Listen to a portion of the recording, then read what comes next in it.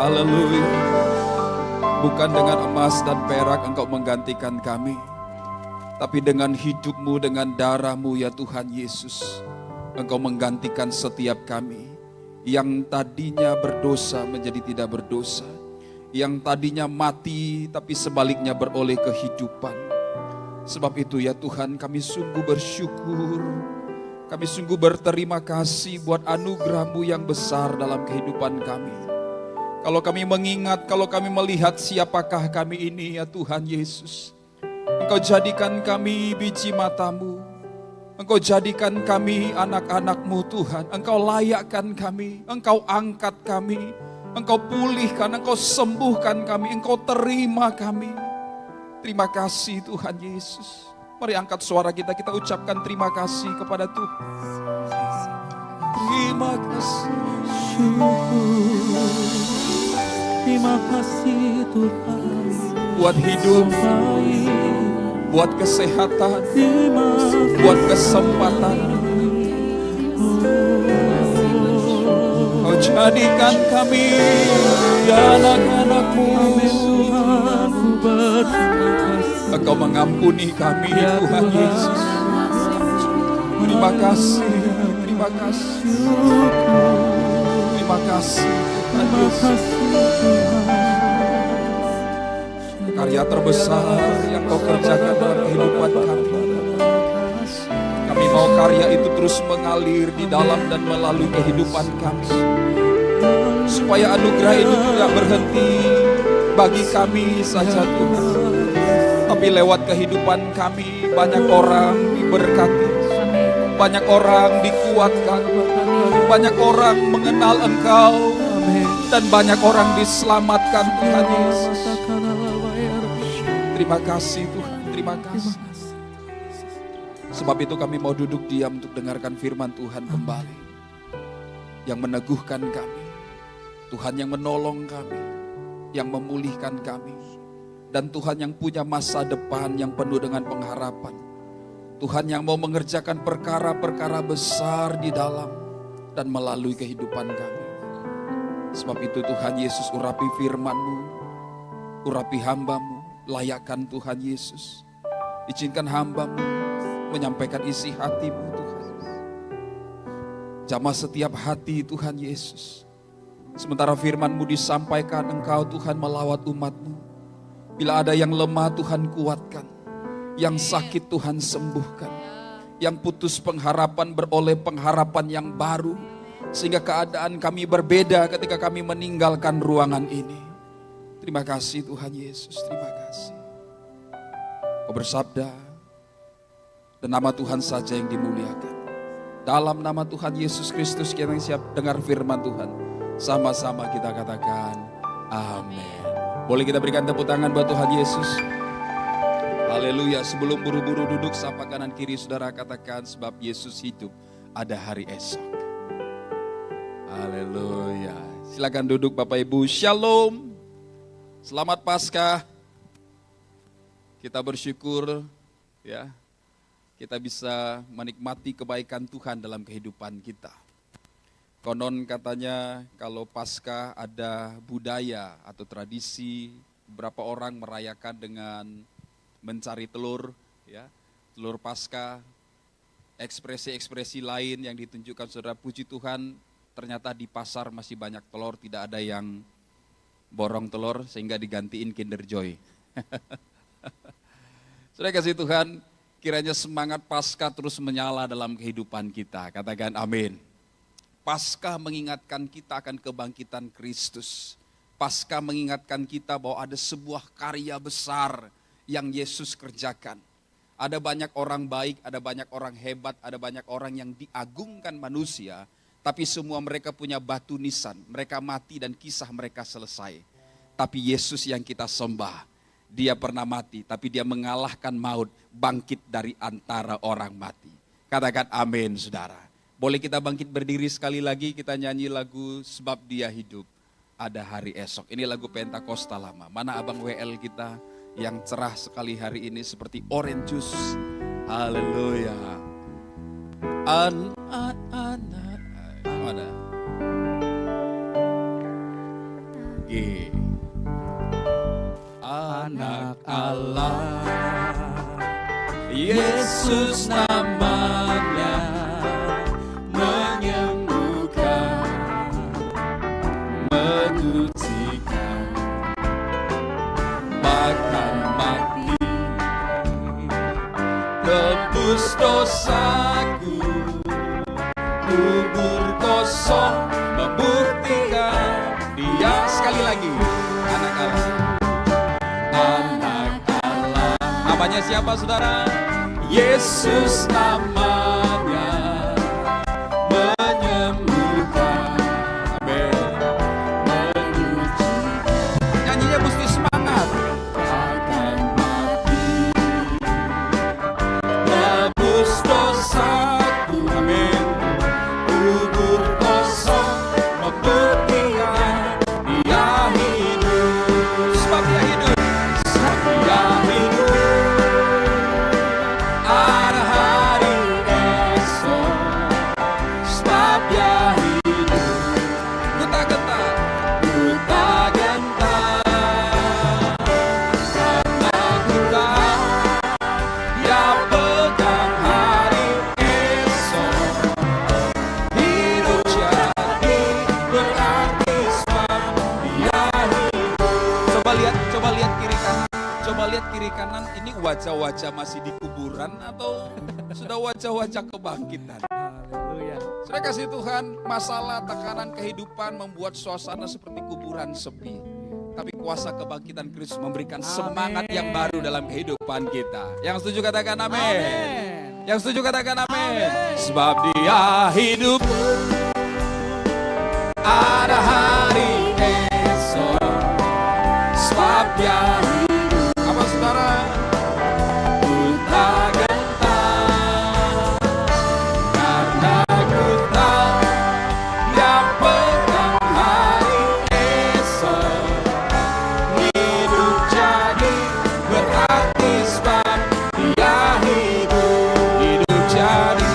Hidup jadi berarti sebab dia hidup. Amin. Hidup jadi sebab Yesus hidup. Haleluya. Sekali lagi tepuk tangan buat Tuhan Yesus. Silakan duduk. Cincuo. Haleluya. Shalom. Judul khotbah saya hari ini adalah kebangkitan Yesus, harapan yang tak terbantahkan. Bagi orang yang percaya selalu ada hari esok. Yang setuju katakan amin, saudara. Kita banyak alasan, kita banyak alibi, kita banyak pandangan-pandangan bahwa keadaan kita, tekanan kehidupan kita, situasi kita, mungkin kita berpikir tidak mungkin ada hari esok. Tapi karena Yesus telah mengalahkan maut, bagi orang yang percaya selalu ada hari esok. Haleluya, amin saudara. Saudara kasih Tuhan, ada sebuah peristiwa dalam Yohanes pasal yang ke-11. Ayat yang ke-25 sampai ayat yang ke-26. Jauh sebelum kematian Tuhan Yesus. Ia pernah berkata demikian, ayat 25 dan 26 kita baca sama-sama. 3, 2, 1. Jawab Yesus, akulah kebangkitan dan hidup. Barang siapa percaya kepadaku, ia akan hidup walaupun ia sudah mati. Dan setiap orang yang hidup dan yang percaya kepadaku tidak akan mati selama-lamanya. Percayakah engkau akan hal ini? Sebuah peristiwa waktu itu Lazarus mati. Maria, Marta menjadi gelisah hatinya, saudara. Singkat cerita, setelah hari keempat Yesus datang ke kota mereka. Kenapa hari keempat? Untuk memastikan bahwa Lazarus benar-benar mati. Ada kepercayaan atau ada keyakinan budaya pada waktu itu, menurut tradisi Ibrani, mereka berpikir bahwa hari ketiga, ya mungkin bisa saja seorang itu belum sepenuhnya diyakini mati. Rohnya masih ada di sekitaran situ, menurut budaya pada waktu itu. Sehingga Yesus sengaja datang, berlambat-lambat datang, saudara. Ia telah dengar kabar itu sejak hari pertama, tapi dia berlambat-lambat datang untuk menjumpai Marta dan Maria. Hanya untuk satu pekerjaan yang lebih besar dari apa yang mereka duga dan harapkan, saudara. Saudara kasih Tuhan, kemudian Yesus membangkitkan Lazarus. Dalam kehidupan kita acap kali peristiwa ini terjadi. Kita pikir Tuhan Yesus terlambat. Kita pikir Tuhan Yesus tidak peduli. Padahal lewat setiap proses kehidupan yang kita tidak mengerti, Tuhan sedang desain, Tuhan sedang siapkan sesuatu yang lebih besar. Katakan amin saudara. Sebab Tuhan sedang mengerjakan sesuatu bukan hanya untuk diri kita, tapi untuk orang-orang di sekitar kita. Yesus datang ke kota di mana ada Maria dan Marta bukan hanya sekedar mau bangkitin Lazarus, tapi mau menguatkan iman Marta, mau menguatkan iman Maria, mau menguatkan dan menyaksikan supaya orang-orang di sekitar sana menjadi percaya bahwa dia adalah Mesias, anak Allah. Jadi apa yang Tuhan kerjakan lewat setiap perkara sulit dalam kehidupan kita. Dan kemudian Tuhan buka jalan keluar, itu bukan soal kita sendiri. Tapi ada rancangan yang lebih besar yang Tuhan mau kerjakan melalui itu semua.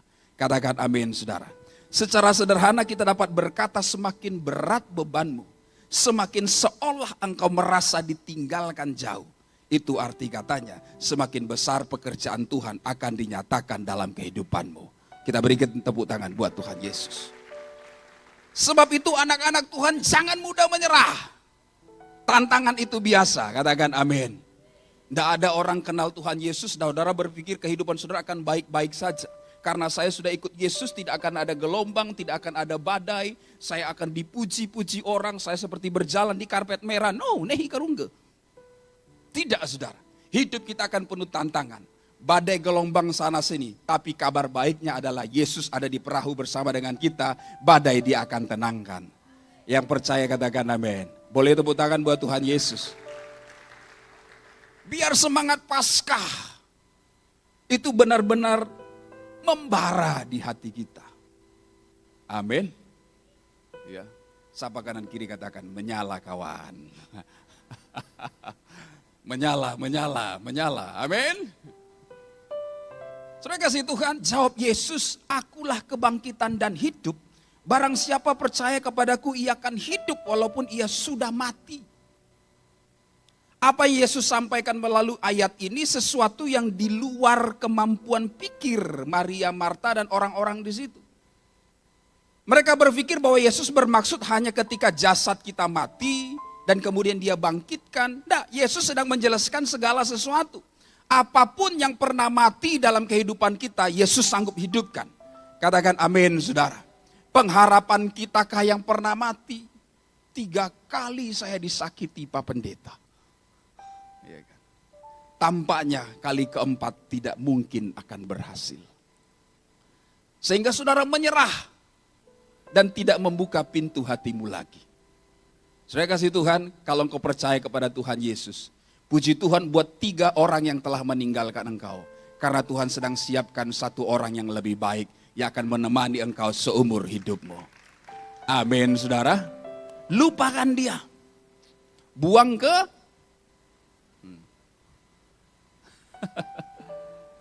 Saya kasih Tuhan. Dan setiap orang yang hidup dan yang percaya kepadaku tidak akan mati selama-lamanya. Maksudnya gimana? Orang yang hidup dan percaya tidak akan mati selama-lamanya. Sudah kasih Tuhan, kita tidak bisa baca begitu saja. Kita harus melihat bahwa dalam penulisan ini ada sebuah pemahaman. Bahwa kehidupan kita itu tidak hanya terdiri dari kehidupan jasmaniah saja. Kita ini hidup tidak hanya terdiri dari manusia karnal saja. Tidak. Kita ini terdiri dari roh, jiwa, dan tubuh. Apa yang Yesus sedang sampaikan sesuatu yang lebih abadi dan kekal sifatnya. Kematian bukanlah jalan akhir dari kehidupan orang percaya. Ada banyak orang mati setelah itu selesai. Tapi bagi orang yang percaya kematian hanyalah jembatan kepada kehidupan yang lebih sejati. Sebab itu kita tidak takut mati. Katakan amin. Tapi kalau mau mati jangan buru-buru. Yang setuju katakan amin. Nah. Saya kasih Tuhan, itu dia. Kematian bukanlah akhir dari kehidupan kita. Kita selalu diperhadapkan dengan berbagai tantangan yang bisa saja kita beririsan dengan kematian, bahaya, dan ancaman dimanapun. Tapi jangan menjadi takut. Orang yang percaya kepada Tuhan, mungkin dagingnya binasa, karnalnya habis. Kita mendengar khotbah-khotbah di samping pemakaman, pendeta berkata, tubuh kembali ke tanah, debu kembali kepada debu, jasad kembali seperti bagaimana ia diciptakan, rohnya kembali kepada yang menciptakan, rohnya kembali kepada Bapa. Saudara kasih Tuhan, hal ini menjelaskan bahwa kematian bukanlah akhir dari kehidupan orang percaya. Sebab itu Yesus berkata, sekalipun engkau harus mati, engkau akan hidup dan kemudian tidak akan mati selama-lamanya. Ini mungkin tidak masuk akal pada pikiran mereka pada waktu itu. Selain Yesus sanggup menghidupkan orang mati, Yesus sedang menjelaskan sebuah kehidupan zoe, kehidupan yang sejati. Saudara kasih Tuhan, inilah kabar baik dari kebangkitan Kristus. Ada kualitas kehidupan yang Tuhan sedang berikan kepada setiap kita kalau kita percaya kepadanya. Bukan sekedar hidup menghabiskan umur, tapi zoe kehidupan yang sejati Tuhan berikan kepada setiap kita. Hidup untuk hari ini dan hidup untuk kekekalan dalam kemuliaan bersama-sama dengan Tuhan. Ada banyak orang bingung afterlife, setelah kematian, bagaimana kehidupan berikutnya. Banyak orang tidak tahu, banyak orang gelisah sehingga mereka takut kematian. Mereka cemas akan kematian karena tidak tahu apa yang terjadi setelah itu. Tapi bagi orang yang percaya, Yesus telah mengalahkan maut, katakan amin. Dia menjamin kehidupan bersama-sama dengan Bapa di sorga dalam kemuliaan selama-lamanya. Yang mau kuat katakan amin. Saudara kasih Tuhan, kebangkitan Kristus sesuatu yang sangat-sangat penting untuk kita perhatikan. Dalam berbagai perayaan gereja, hari raya kebangkitan setiap minggu kita rayakan. Setiap hari Minggu. Tidak ada acara khusus memang, sering sekali tidak ada kepanitiaan khusus, KKR, hari kebangkitan, gak ada. Adanya itu hari Jumat Agung, kemudian hari Natal. Saking biasanya mungkin, padahal ini sesuatu yang sangat penting. Saking pentingnya saudara, kebangkitan Yesus pernah dikaburkan oleh imam-imam kepala pada waktu itu. Ada sebuah peristiwa di dalam Matius pasal 28 ayat 12 sampai ayat yang ke-15. Ketika mendengar bahwa Yesus telah bangkit, imam-imam kepala segera datang menjumpai para prajurit penjaga kubur. Setelah berdiskusi dengan tua-tua, mereka menyediakan sejumlah uang dan membayar prajurit penjaga pintu kubur. Dengan berkata demikian, laporkan, kabarkanlah bahwa murid-muridnya yang telah mencuri mayat Yesus. Mereka mencoba menyebar berita hoax dan berkata Yesus tidak bangkit. Yesus hanya dicuri murid-muridnya. Karena mereka tahu tidak seorang pun dari yang mereka kenal pernah bangkit dari kematian. Tapi sekarang Yesus yang telah menggemparkan Yerusalem itu pernah dimaksudkan untuk dibunuh dan habis selama-lamanya oleh imam-imam ini, ternyata bangkit dari antara orang mati. Saudara kasih Tuhan, ayat ini menulis demikian dan cerita ini tersiar di antara orang Yahudi sampai sekarang ini. Sebagai orang percaya yang sudah umum mengenal Tuhan, sebagai orang Kristen, berita ini mungkin tampak biasa buat kita. Padahal sebenarnya ini sesuatu yang sangat penting. Karena jika Yesus tidak bangkit, sia-sialah iman kita. Sia-sialah pemberitaan firman. Tapi karena Yesus sudah bangkit, tidak ada sia-sia bagi orang yang percaya kepadanya. Kita berikan tepuk tangan buat Tuhan Yesus. Saudara kasih Tuhan, kebangkitan Kristus adalah bukti yang paling meyakinkan bahwa kehidupan kita memiliki tujuan dan harapan yang abadi. Yang setuju katakan amin. Yohanes 11 ayat 25 dan 26 yang kita baca tadi. Ayat ini dapat dimaknai Yesus adalah sumber kehidupan yang sejati. Itu yang pertama, saudara. Dan kebangkitan ini juga akan dialami bagi orang-orang yang percaya kepadanya. Itu yang pertama, sumber kehidupan yang sejati. Kalau kita menginginkan kehidupan yang sejati, tidak ada jalan lain, cara lain, sumber lain selain kepada Tuhan Yesus. Dialah sumber kehidupan. Mungkin engkau berkata semua dari upayaku, semua dari kerja kerasku, no. Engkau mungkin bisa hidup tapi hanya sekedar hidup. Tapi kalau kata hidup yang sejati yaitu Zoe.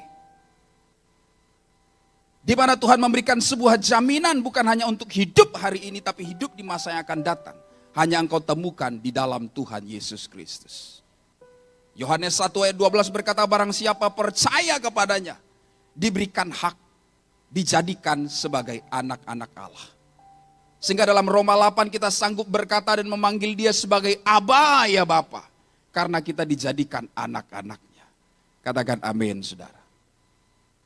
Tidak ada keyakinan-keyakinan di kolong langit ini yang memanggil Tuhannya dengan Bapa. Mereka berpikir, oh Tuhan beranak. Pandangan mereka terlalu sempit terhadap hal itu. Padahal yang dimaksudkan Tuhan, dia menjadikan dirinya sebagai figur Bapa. Yang membapai, yang melindungi, yang menyediakan. Yang memelihara anak-anaknya. Dan kita dijadikan anak-anaknya. Yang dilindungi, yang dipelihara, yang dijaga, yang disertai. Bukan untuk hidup sekarang, tapi sampai kehidupan selama-lamanya. Kita berikan tepuk tangan buat Tuhan Yesus. Jadi jangan ada orang percaya yang confused dengan hal itu. Tidak ada hubungannya dengan anak lahiriah dan bapa lahiriah. Tapi Yesus sedang menjelaskan sesuatu yang lebih besar. Maksud dan kerinduannya buat anak-anaknya. Ia melihat bahwa setiap kita bukan hanya sekedar hubungan hamba dan tuan. Dia mau setiap kita memiliki sebuah hubungan yang sangat erat seperti bapa dan anaknya. Bukan hubungan yang legalistik. Seperti kita datang kepada bapa dengan rasa cemas dan takut salah berkata-kata, no. Tapi juga bukan serampangan hanya karena kita anak, kita serampangan dengan dia. Nah, tapi Tuhan sedang membawa sebuah hubungan yang sangat dekat. Antara anak-anaknya setiap kita dengan dia sebagai Bapa. Sebab itu di dalam doa dan penyembahan dia mengenalkan dirinya sebagai Bapa. Dalam Matius pasal yang ke-6 murid berkata, ajarkan kami guru bagaimana berdoa. Yesus berkata, Bapa kami yang di sorga. Jadi yang manggil ini siapa? Siapa saudara? Anak. Yohanes 4, 23, 24. Seorang Maria, seorang Samaria di tepi sumur berkata kepada Yesus, kapan kami harus menyembah? Bagaimana kami menyembah dengan benar? Yesus menjawab, waktunya akan tiba. Bahwa orang akan menyembah Bapa dalam roh dan kebenaran. Doa, komunikasi dan penyembahan bicara soal hubungan. Bukan soal tentang bagaimana saudara indah membawa lagu. Mungkin engkau punya playlist yang banyak di gadgetmu dan kemudian menjadikan engkau merasa engkau sudah menjadi anak Tuhan. No. Tapi hubungan yang mendalam dengan Sang Bapa. Amin saudara. Amin saudara. Yang dia inginkan dari kita adalah sebuah relationship, a true relationship. Hubungan yang sejati. Setiap pagi sapa dia, Bapa. Dan engkau akan merasakan kasih yang begitu hangat. Memeluk, menguatkan, mengafirmasi, meneguhkan. Dan akan memampukan engkau berjalan dari satu hari kepada hari yang lain. Dari satu kemenangan kepada kemenangan yang lebih besar. Yang setuju katakan amin. Itu makna Paskah. Membuat engkau sanggup tegak berdiri di atas kakimu sendiri. Bukan karena tidak ada tantangan, tapi karena engkau percaya bahwa Yesus menyertai langkah kakimu. Yang kedua, saudara, bahkan dalam kematian mereka yang percaya akan hidup selama-lamanya bersama dengan Dia. Ayat ini menunjukkan bahwa iman kepada Yesus Kristus membawa hidup yang kekal melebihi batas kematian fisik. Ayat ini juga menekankan iman kepada Yesus Kristus adalah kunci untuk mengalami kehidupan yang sejati. Ayat ini juga mendorong setiap kita untuk percaya kepadanya sepenuhnya, bahkan di tengah-tengah tantangan. Katakan amin, saudara. Sekalipun berhadapan dengan maut, percaya kepadanya. Pertolongannya tidak pernah terlambat. Pertolongannya pun tidak pernah terburu-buru. Pertolongannya tepat pada waktunya. Boleh kita berikan tepuk tangan buat Tuhan Yesus. Dalam kisah ini saya mengangkat sebuah tokoh yang berkobar-kobar pada awalnya. Hidup bersama dengan Tuhan Yesus. Tetapi pernah jatuh dalam sebuah kesalahan fatal. Sama seperti kebanyakan kita. Tapi kemudian terjadi transformasi besar dalam kehidupannya. Dan kita lihat belajar dari tokoh iman ini. Dan kita lihat bagaimana kita bisa hidup dalam kuasa kebangkitan hari-hari ini. Saudara kasih Tuhan Yesus, Petrus. Nama yang tidak asing bagi kita. Adalah seseorang yang telah hidup bersama dengan Tuhan 3,5 tahun. Mendengar ajaran secara langsung tanpa perantara. Makan satu meja dengan Tuhan, berjalan kemanapun, menyaksikan mujizat di depan mata, dan seorang yang pernah berjalan di atas air sebelum ia takut dan kemudian tenggelam. Seseorang yang diberikan kepercayaan besar mengerjakan perkara-perkara hebat dalam kehidupannya. Petrus 3,5 tahun bersama dengan Tuhan Yesus. Tetapi pada akhirnya Yohanes 18:25 sampai 27 kita baca sama-sama 3:21. Simon Petrus masih berdiri berdiam. Maksudnya mengangatkan badan di dekat perapian, itu berdiam namanya. Kata orang-orang di situ kepadanya, sama-sama yuk. Bukankah engkau juga seorang muridnya? Ia menyangkalnya, katanya, bukan. Saudara, ini jawabannya spontan, bukan. Kata seorang hamba imam besar, seorang keluarga dari hamba yang telinganya dipotong Petrus. Saudara pernah potong telinga orang? Enggak, orang janji potong telinga pernah ya. Kalau enggak percaya kau potong telinga saya. Pernah dengar yang seperti itu? Ya. Untuk meneguhkan opininya kan begitu. Untuk meneguhkan pernyataannya kan begitu. Apalagi musim politik kemarin. Andai kata betul-betul banyak berapa telinga yang sudah bisa digoreng itu. Kalau enggak percaya kau potong telinga saya. Ya. Saudara, Petrus enggak, dia potong. Ya. Saudara pernah potong telinga orang? Petrus pernah, saudara. Ya. Saking radikalnya. Ya. Kalau ada yang jamah Tuhan Yesus, langkai dulu mayat saya. Ini Petrus. Kan begitu kira-kira bahasanya kan. Menunjukkan betapa dia seseorang yang sangat berkobar pada waktu itu. Tapi ternyata dia menyangkal Yesus ketika Yesus ditangkap. Bukankah engkau muridnya? Bukan. No, siapa dia? Ya kan? Lihat kontak handphone saya, tidak ada nama dia. Kira-kira begitu, saudara. Kemudian segera lari dari depan orang tersebut. Kemudian pertanyaan berikutnya, bukankah engkau kulihat di taman itu bersama-sama dengan dia? Maka Petrus menyangkal pula, dan ketika itu berkokoklah ayam. 3 kali Petrus menyangkal Tuhan Yesus. Sebuah realita yang perlu kita renungkan. Petrus hidup bersama Yesus, berjalan mendengar Yesus sendiri, pun masih bisa jatuh pada situasi di atas dan dia menyangkal Yesus. Saudara, siapa yang lebih radikal dari Petrus di ruangan ini? Ada? Petrus bisa jatuh pada posisi tersebut. Mari bayangkan situasinya saudara. Kita tidak bisa hakimi Petrus buru-buru. Jangan hakimi Petrus buru-buru. Bayangin situasi psikologis, bayangin situasinya sampai Petrus menyangkal Tuhan Yesus. Petrus tahu betul siapa tentara Roma dan bagaimana mereka mengeksekusi kriminal. Petrus tahu, beda dengan kita tidak tahu. Kita berpikir kalau saya Petrus, saya tidak akan nyangkal Yesus. Petrus tahu siapa tentara Roma. Petrus tahu apa yang akan terjadi jika dia ikut ditangkap oleh tentara Roma. Saudara-saudara tidak akan ditahan dan kemudian diberikan 3 kali makan sehari. No. Petrus tahu betul bagaimana mereka mengeksekusi seorang kriminal. Yesus bukan orang yang pertama yang disalibkan oleh tentara Roma. Sudah banyak yang disalibkan. Karena itu adalah perlakuan kepada kriminal paling jahat.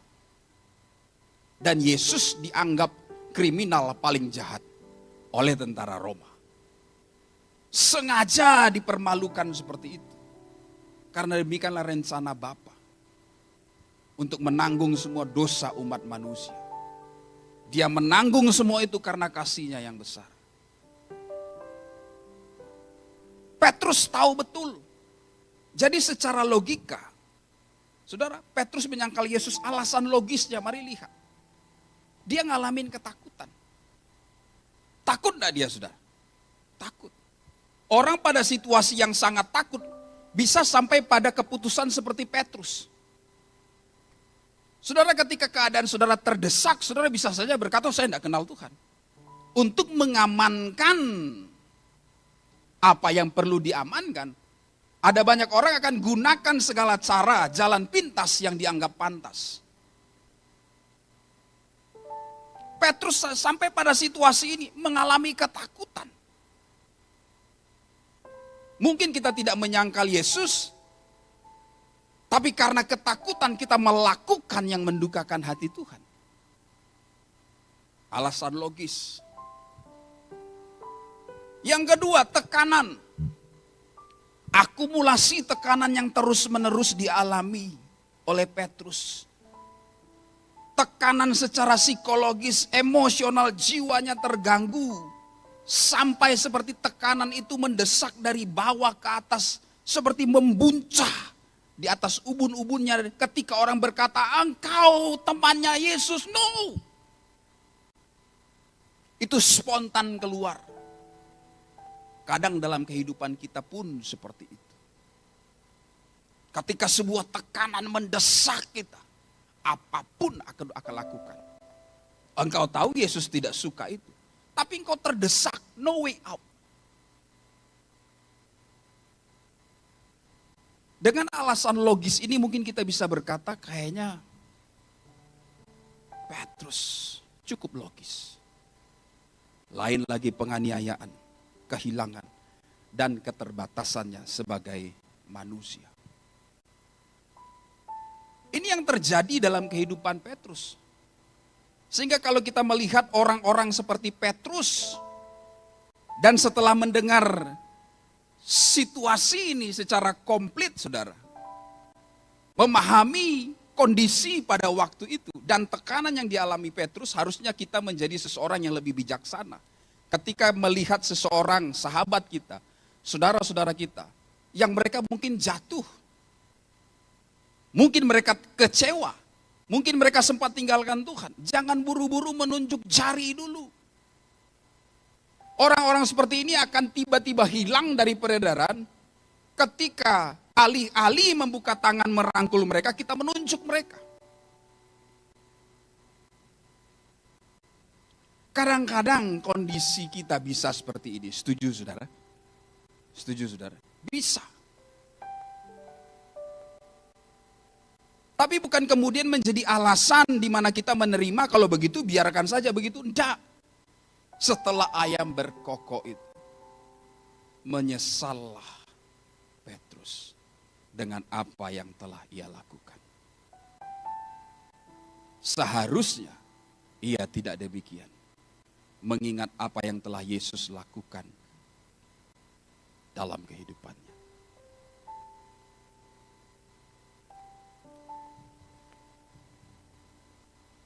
Petrus menyesal mengapa dia melakukan itu. Paskah mengingatkan kita kasih Yesus yang besar.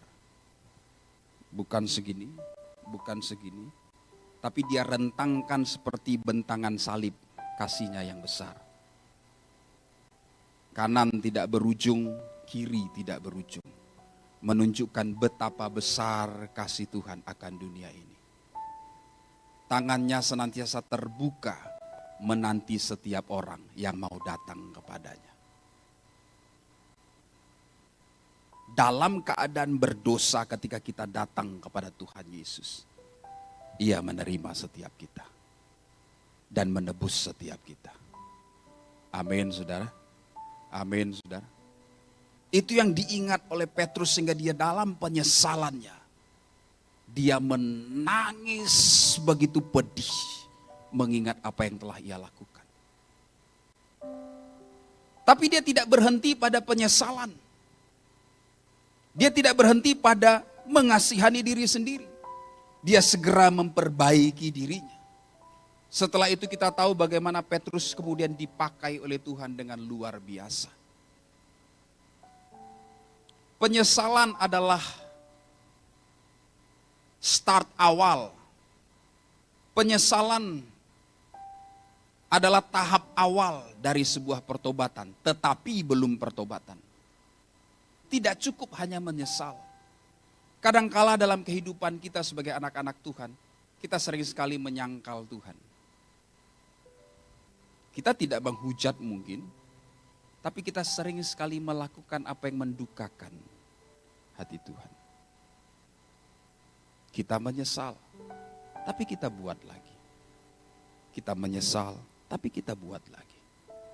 Saudara, pertobatan tidak cukup berhenti pada penyesalan. Tetapi selagi ada penyesalan, maka ada harapan. Itu adalah Roh Kudus yang berbicara di dalam hatimu. Selain engkau menyesal sama seperti Petrus, engkau harus segera berbalik dan melangkah. Meninggalkan apa yang mendukakan hati Tuhan. Dan hidup kepada kehendak yang seharusnya di mana Tuhan inginkan engkau hidup. Yang lama telah berlalu, sesungguhnya yang baru sudah datang. Meninggalkan kebiasaan hidup dalam dosa dan hidup dengan budaya yang baru, yaitu budaya kerajaan sorga. Amin, saudara. Itu pertobatan. Jadi bukan sekedar penyesalan. Sorry Lord, forgive me Lord. Tuhan dengar. Tapi itu belum selesai. Engkau harus berbalik 180 derajat. Dan hidup dalam kehidupan manusia baru. Tinggalkan yang lama. Kebiasaan-kebiasaan yang lama. Engkau tinggalkan. Anugerah Tuhan akan menolong dan memampukan engkau. Berjalan dari satu tapak kepada tapak berikutnya. Menjadi pribadi yang lebih baik. Sampai versi terbaik dari rancangan Tuhan terjadi dalam kehidupanmu. Amin, saudara. Itu pertobatan. Tidak cukup penyesalan. Saya, setiap kita sering menyesal. Tapi hari ini semangat Paskah mengingatkan kita. Yesus telah kalahkan maut. Dia mau kita bangkit. Melangkah dalam satu kemenangan. Kepada kemenangan yang lebih besar. Boleh kita berikan tepuk tangan buat Tuhan Yesus. Terpujilah Allah Bapa Tuhan kita Yesus Kristus, surat Petrus, yang karena rahmat-Nya yang besar telah melahirkan kita kembali oleh kebangkitan Yesus Kristus dari antara orang mati kepada suatu hidup yang penuh pengharapan. Bertahun berikutnya Petrus menulis sebuah surat. Pengalaman pribadinya bagaimana kemudian dia bangkit dari keterpurukannya. Dia berkata kebangkitan Kristus membawa kita kepada hidup yang penuh dengan pengharapan. Katakan amin, saudara. Hidupnya total mengalami transformasi. Hidupnya total mengalami pembaharuan. Dari orang yang hancur karena mengkhianati Yesus dan menyangkal Yesus, menjadi seseorang yang berdiri di garis depan bagi pemberitaan baik, kabar baik. Dalam Kisah Rasul pasal yang pertama ketika peristiwa Pentakosta, pasal yang kedua, Petrus orang yang pertama berkhotbah 20 menit dan 3.000 orang bertobat. Belum ada rasul yang lain. Hidupnya tiba-tiba dipulihkan oleh Tuhan. Saudara kasih Tuhan, setiap orang memiliki masa lalu yang gelap dalam kehidupannya. Tapi Tuhan menyediakan masa depan yang penuh dengan pengharapan. Amin, saudara. Petrus punya masa lalu yang gelap. Tapi ketika dia berubah, Tuhan sediakan masa depan yang gilang gemilang. Jangan hidup dari masa lalumu. Jangan mau diintimidasi, ditakuti, dituduh karena kegagalan masa lalumu. Jangan. Tinggalkan semua itu, hadapi sesuatu yang baru di depan karena Yesus akan menyertai engkau. Kita tidak bisa ubah masa lalu. Tapi kita bisa putuskan apa yang harus kita terima di masa depan kita hari ini. Amin, saudara. Jadi untuk apa kita sesali dan kita pikirkan apa yang telah terjadi. Tapi hari ini kita bisa membuat sesuatu yang baru. Ada pengharapan di dalam Tuhan Yesus Kristus. Selalu ada hari esok untuk anak-anak Tuhan. Jangan menyerah. Sapa kanan kiri saudara, jangan menyerah. Amin. Jangan menyerah. Katakan, benar-benar saudara katakan like you mean it.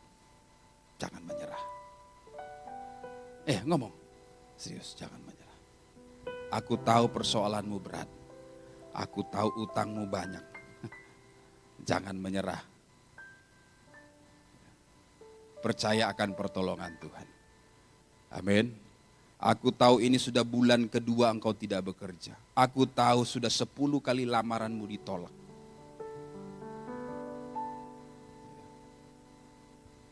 Aku tahu engkau ditinggalkan dan dibuang. Jangan menyerah.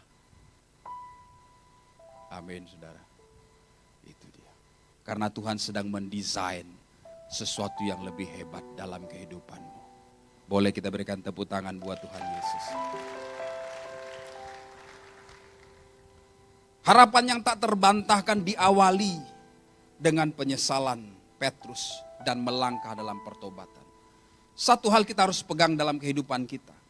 Tersedia pertobatan dan pengampunan Allah yang diberikan melalui kematian dan kebangkitan Yesus. Ini anugerah terbesar yang kita telah terima. Ini hadiah yang terbesar. Mari peroleh hadiah dan anugerah ini. Untuk hidup dan menyerahkan kehidupan kita kepada Yesus Kristus. Yeremia 31-34 bagian B berkata, sebab aku mengampuni kesalahan mereka dan tidak lagi mengingat dosa mereka. Yesus melupakan dosa-dosa kita. Karena dia sedang menyediakan hari depan yang penuh dengan pengharapan bagi kita. Yang suka mengingat dosa kita itu orang yang di sebelah kita. Betul apa betul? Yang suka ngingat dosa suami itu siapa? Istri. Betul bapak-bapak? Enggak berani bapak-bapak jawab. Panjang nanti perkaranya. Yang suka ngungkit-ngungkit dosa lama itu siapa ibu-ibu? Istri-istri? Saudara, kadang-kadang dalam rumah tangga terjadi keributan besar bukan karena masalah yang sedang terjadi. Bukan karena current problem, bukan. Tapi karena ungkitan-ungkitan itu. Karena ini bukan sekedar membongkar luka lama, saudara. Tapi ada sebuah perasaan tidak dihargai. Itu dia. Kata maaf yang terakhir ternyata tidak tulus. Itu melukai, membuat luka lama yang hampir kering seperti ditarik kembali, saudara. Itu sakitnya. Sampai di sini. Itu yang bikin sering sekali rumah tangga ribut. Karena ngingatin dosa lama. Sudah dari dulu kau begini ya. Wush. Iya kan? Mencet odolnya itu bapak-bapak di bawah atau di tengah?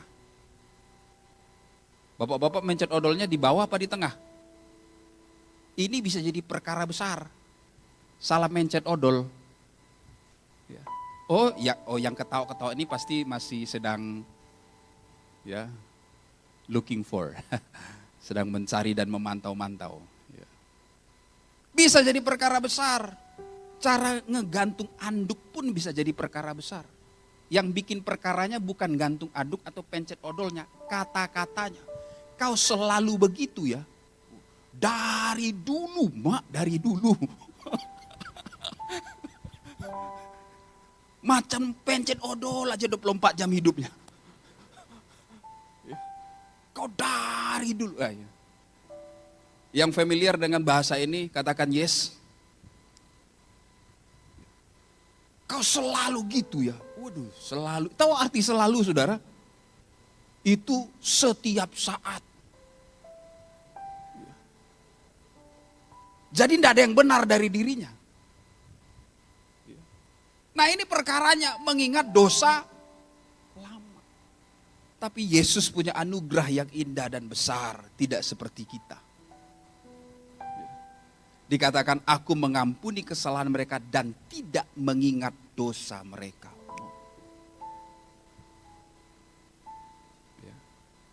Kita manusia apakah mungkin seperti itu? Yes, I forgive you, but I will not forget.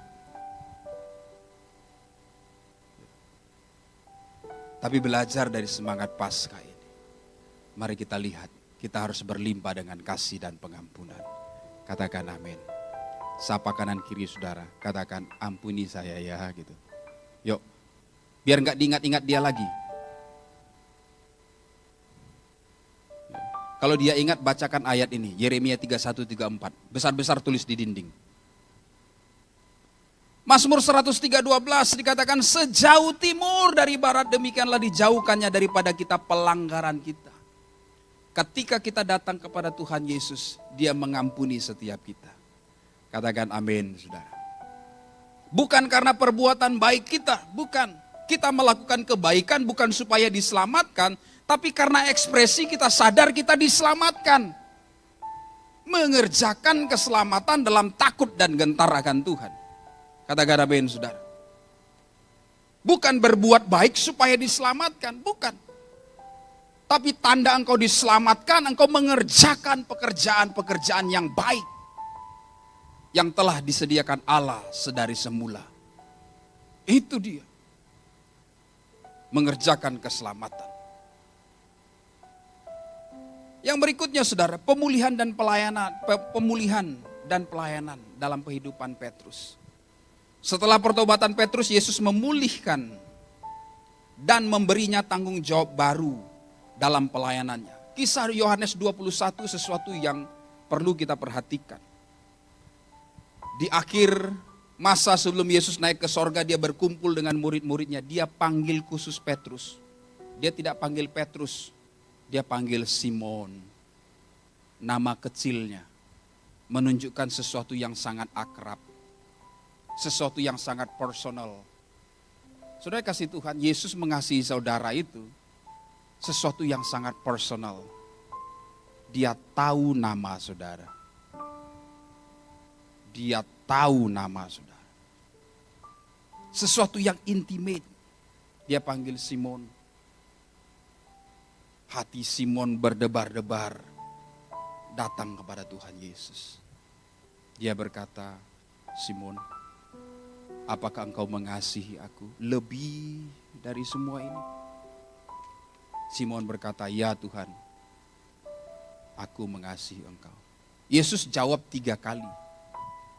Kalau kita belajar Alkitab, ungkapan yang disampaikan sampai 3 kali itu memiliki makna yang sangat serius. Pertanyaan Yesus itu seperti pertanyaan retorika saja. Yesus tidak bermaksud hendak menanyakan apakah kau benar-benar mengasihi aku. Tidak. Pertanyaan ini berulang sedang menjelaskan sesuatu yang lebih dalam. Memberikan afirmasi bahwa Petrus diterima secara penuh oleh Yesus. Aku sudah lupakan masa lalu. Ada pekerjaan yang besar di depan kita. Yesus berkata, apakah engkau mengasihi aku? Dijawab, apakah aku mengasihi engkau? Jawabannya berbeda. Yesus berkata, apakah engkau agape dengan aku? Simon menjawab, aku phileo dengan engkau. Gembalakanlah domba-dombaku. Dia bertanya kedua kalinya, apakah engkau agape dengan aku? Aku phileo dengan engkau. Itu tingkat kasih yang berbeda. Dalam bahasa Indonesia tidak ada bahasanya. Sampai Yesus harus menurunkan dan bertanya, apakah engkau phileo dengan aku? Ya Tuhan, engkau tahu. Pertanyaan ketiga, Petrus sempat terhenti. Berpikir untuk menjawab. Andai kata pertanyaan itu hanya 2 kali, Yesus tahu, Petrus tahu itu hanya pertanyaan yang benar-benar ditujukan untuk menyatakan kasihnya. Tapi ketika yang ketiga kali, pahami budaya bertanyanya saudara, dalam tradisi mereka. Petrus terhenyak. Dia mencari tahu maksud Yesus. Dan dia berkata, aku phileo. Dia mengakui kerapuhannya. Dia mengakui kelemahannya. Dan datang kepada Yesus. Yesus berkata, gembalakanlah domba-dombaku. Ketika kita datang kepada Tuhan Yesus, dia bukan hanya mengampuni kita, tapi dia mau merestorasi. Dia mau memulihkan keadaan kita. Dan menyediakan sesuatu yang lebih besar bagi kita. Dia bukan saja mengangkat kita dari minus kepada 0, tapi dia mau angkat kita ke titik yang lebih tinggi. Itu yang dikerjakan oleh Tuhan Yesus. Tuhan punya rancangan besar dalam kehidupan kita. Amin, saudara. Setiap kali engkau dituduh oleh si jahat, engkau tidak layak. Katakan, Yesus telah mengampuni aku. Dan punya rancangan masa depan bagiku. Iblis, anyah. Amin, saudara. Banyak orang percaya hidup dihantui karena kegagalan masa lalu dan tuduhan iblis. No. Iblis memang kerjaannya begitu, Yohanes 10 ayat 10. Pencuri datang untuk mencuri, membunuh dan membinasakan. Tapi bagian B-nya berkata, aku datang, kata Yesus, supaya kamu mempunyai hidup lagi dan mempunyainya dalam segala kelimpahan. Hidup ini bukan sekedar hidup, live, bukan. Tapi zoe, hidup yang sejati. Itu yang Tuhan mau dalam kehidupan kita. Yang terakhir, Petrus bukan saja menyesal dan dipulihkan. Tuhan sediakan dia pekerjaan yang lebih besar. Petrus menjadi saksi yang begitu bersemangat untuk memberitakan kabar kebangkitan Yesus.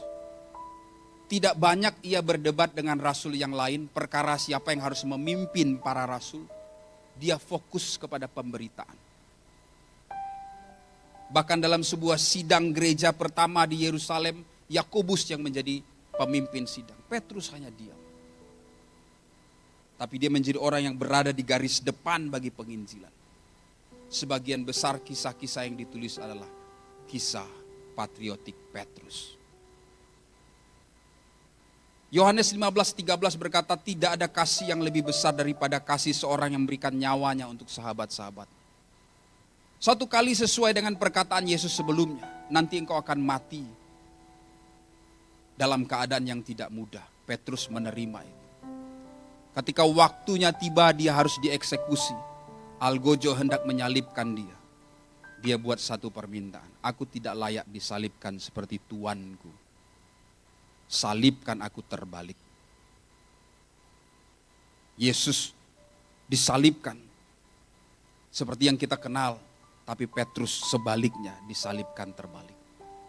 Menunjukkan kehidupannya tidak ada lagi tentang dirinya, tapi dia menyerahkan segala-galanya untuk Tuhan. Dari sikap ini bahkan dia merasa belum cukup. Dia mau lakukan lebih. Saudara kasih Tuhan, semangat Paskah ini biar mengingatkan kita kembali akan kasih Yesus yang besar, yang dilimpahkan, yang dicurahkan bagi kita. Tidak ada kasih yang lebih besar daripada kasih seorang yang memberikan nyawanya untuk sahabat-sahabat. Hari ini kita sering diingatkan. Apa tujuan Tuhan mengampuni kita? Apa tujuan Tuhan menebus kita? Apa tujuan Tuhan mau memberikan kehidupan sejati kepada kita? Bukan hanya untuk diri kita, tapi supaya melalui kehidupan kita ada banyak orang yang beroleh pengharapan yang baru. Lewat kehidupan kita adalah banyak orang beroleh kehidupan yang sejati. Itu makna Paskah. Kasih yang terbesar adalah ketika kita memberi arti untuk orang lain. Memberikan nyawa adalah hak. Bukankah orang lain juga berhak untuk hidup? Tapi kita mau merelakan hak kita supaya orang lain pun beroleh kehidupan. Saya tidak katakan kemudian kita menghilangkan nyawa kita supaya orang lain hidup. No. Tapi dari apa yang telah kita terima, kita tahu Tuhan punya tujuan. Supaya lewat kehidupan kita, ada banyak kehidupan orang yang diubahkan. Itu semangat Paskah. Matius 25 ketika murid-murid bertanya apa yang harus kami lakukan. Ketika kita memperhatikan saudara-saudara kita yang paling hina ini. Kita telah melakukannya untuk Yesus. Hari-hari ini pelayanan kita dibawa pada satu era. Bukan sesuatu yang baru, tetapi Tuhan mau tegaskan fokus pelayanan kita bersama-sama. Memperhatikan orang-orang susah. Memperhatikan orang-orang yang tidak berdaya. Tuhan mau panggil setiap kita menjadi partnernya Tuhan. Bagaimana kita mengekspresikan karya Paskah dalam kehidupan kita. Mari kita lihat bagaimana Petrus memberi kehidupannya. Saya mendorong setiap kita untuk melihat dengan cara yang berbeda. Di luar sana banyak orang yang tidak berdaya. Mungkin kita berkata, aku tidak berkelimpahan, aku tidak punya apa-apa. Tuhan tidak katakan seperti itu, saudara. Tapi apa yang bisa kita lakukan? Kita telah memperoleh lebih dari sekedar apa yang bisa diperoleh secara lahiriah. Yaitu jaminan hidup.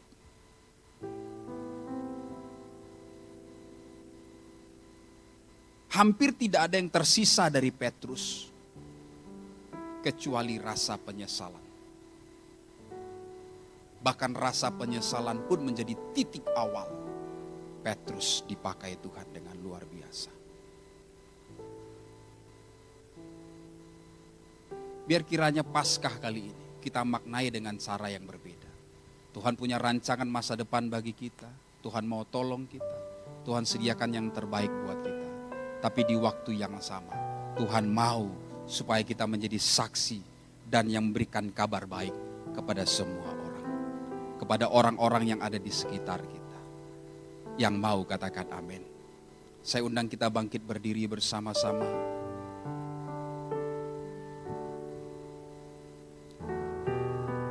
Haleluya.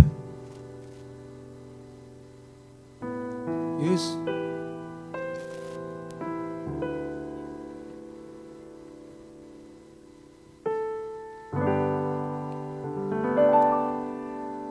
Tak dapat lupakan kebaikan yang ku terima, pengorbananmu yang mulia, jadikan ku berharga. Kau tulus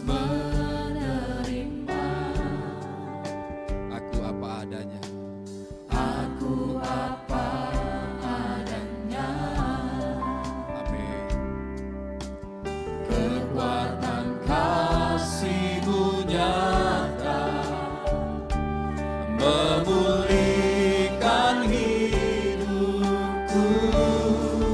Kau bukan Tuhan yang melindungi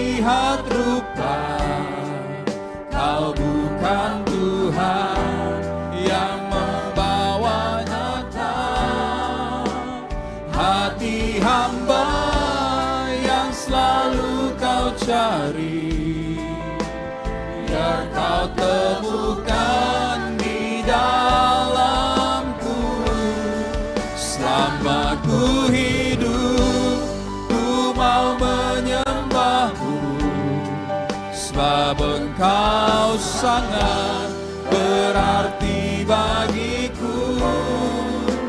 Yang terbaik yang ada padaku, ku persembahkan kepada. Kau bukan Tuhan, Kau bukan Tuhan yang melihat rupa. Kau bukan Tuhan yang memandang harta. Hati hamba yang selalu Kau cari, biar Kau temukan di dalamku. Selama ku hidup, ku mau menyembah-Mu, sebab Engkau sangat berarti bagiku. Yang terbaik yang ada padaku, ku persembahkan kepadamu, Yesusku. Kalau engkau berpikir kehidupanmu lebih kurang sama seperti Petrus, engkau pernah jauh daripada Tuhan, engkau pernah kecewa karena Tuhan tidak penuhi keinginan, engkau akan bahkan ragu apa Tuhan akan menerima engkau kembali. Hari ini di hari Paskah, Tuhan katakan Ia mengasihi engkau. Mari datang seperti Petrus yang menyesali pilihan masa lalunya. Tetapi ia tidak berhenti dalam penyesalan, ia mau datang kepada Tuhan. Taruh tangan kanan saudara di dada saudara. Katakan, Tuhan Yesus, Engkau tahu siapa aku. Engkau tahu ada apa di hatiku. Engkau tahu kelemahanku. Hari ini aku datang sebagaimana aku ada. Pulihkan kehidupanku Tuhan. Pulihkan kehidupan. Aku terima rancangan yang Tuhan desain bagiku. Aku mau hidup untuk Tuhan. Dalam nama Yesus. Bagi saudara yang belum pernah mengundang Tuhan Yesus sebagai Tuhan dan Juru Selamat pribadi saudara, ikuti doa saya, katakan, Tuhan Yesus, hamba-Mu adalah orang yang berdosa. Ampuni dosaku ya Tuhan. Aku mengundang Engkau masuk dalam hatiku, menjadi Tuhan dan Juru Selamat pribadiku. Engkau adalah Tuhan dan Allahku. Aku adalah anak hari ini dan selamanya. Terima kasih Tuhan. Saudara kasih Tuhan, maknai kebangkitan Yesus dengan memberi kesempatan hidup yang lebih baik bagi orang lain. Saudara bisa melihat ke depan. Sejak 2 minggu lalu Bapak Gembala kita mengajak seluruh jemaat untuk berpartner bersama-sama dalam House of Mercy, di mana kita akan membuat klinik sosial, dapur umum, dan juga shelter atau rumah singgah. Bagi saudara yang sudah mengambil formulir, saudara bisa mengembalikan. Atau saudara mau melakukan sesuatu yang signifikan hari ini, saudara minta formulirnya di belakang. Saudara bisa berpartner bersama-sama untuk House of Mercy ini. Kita sedang membangun satu tempat. Saudara bisa mengambil bagian dalam berupa dana atau alat-alat bangunan atau peralatan lainnya. Saudara bisa pilih sendiri sebagaimana yang Tuhan taruh dalam hati saudara. Yang kedua, kita ada sebuah pelayanan khusus. Ada banyak volunteer yang telah memberi diri mereka, tetapi untuk pelayanan ini selalu ada kebutuhan yang baru. Kita ada pelayanan Start to Be, yaitu pelayanan buat mereka yang berkebutuhan khusus. Mereka yang handicap, mereka yang mungkin memiliki kelemahan, kespesialan dalam hidup mereka. Tapi mereka juga adalah anak Tuhan. Apakah keadaan kita lebih baik dari mereka? Bukan, mereka juga adalah anak-anak Yesus, anak-anak Tuhan, saudara-saudara kita. Saudara, kita membuka pelayanan buat mereka. Sebab itu saudara bisa ambil formulir yang kedua, Start to Be. Mungkin saudara mau berbagi waktu, tenaga, pikiran, atau hal yang lainnya. untuk bersama-sama dengan para volunteer untuk melayani anak-anak yang berkebutuhan khusus.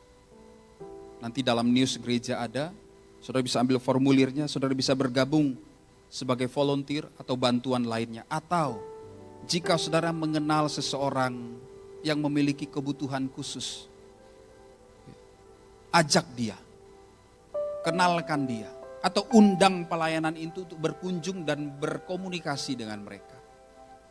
Supaya mereka pun mendapatkan kesempatan yang lebih baik. Sebagaimana saudara juga mendapatkan kesempatan yang lebih baik. Ini arah pelayanan kita bersama-sama. Kita mau kehidupan kita, gereja kita memberi arti, memberi kesempatan yang lebih baik untuk hidup bagi lebih banyak orang lain.